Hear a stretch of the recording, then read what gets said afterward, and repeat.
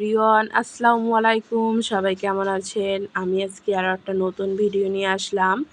আমি আজকে দেশি মুরগি রান্না করব। তার জন্য প্রথমে কড়াইতে তেল, পেঁয়াজ, আদা রসুন বাটা, স্বাদ মতো লবণ, হলুদের গুঁড়ো, মরিচের গুঁড়ো এগুলো দিয়ে ভালো করে মশলাটা আমি কষিয়ে নিব।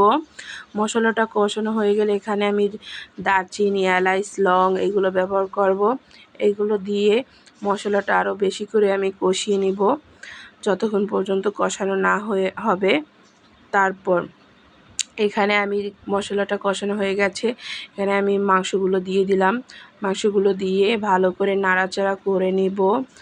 আমার ভিডিও যদি আপনাদের ভালো লাগে অবশ্যই সবাই একটু বেশি করে লাইক, কমেন্ট, শেয়ার করবেন যাতে আমি একটু সামনে আগাতে পারি।